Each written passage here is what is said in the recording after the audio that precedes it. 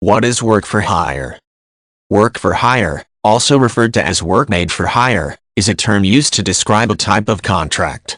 When a person signs this type of contract, he agrees to do a particular job for an employer or a client. In return for the work he is hired to do, he receives a monetary sum. The work he created becomes the property of the client or employer. An example of a work-for-hire situation is one in which a writer goes to work for a company.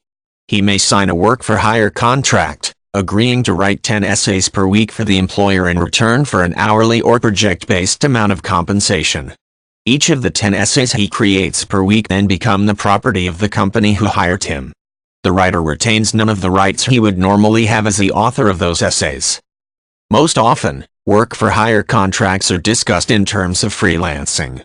For example, an individual or company may wish to have 5 works of art completed.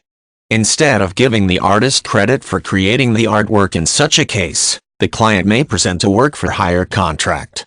This contract sets forth the specifications the client has for the artwork and the rights he is to receive.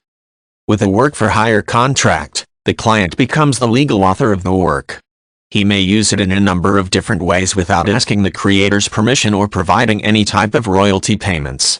If the client decides to duplicate and sell the artwork to others, for example, a work-for-hire contract may allow him to do so without providing the artist with further compensation. Sometimes a client will give the creator of the work credit, but the client still holds the copyright for it. A freelancer who signs this type of contract often gives up the same rights an employee does. Any type of contract may include terms that require a creator to give up some or all of his rights to his work. A regular contract, however, does not automatically grant the client rights to take credit for the writer's or artist's work. It must spell out which rights the client has, and any that are not mentioned are automatically given to the creator of the work. A work-for-hire contract, on the other hand, gives the client the automatic right to take credit and secure copyrights for the work, without asking permission.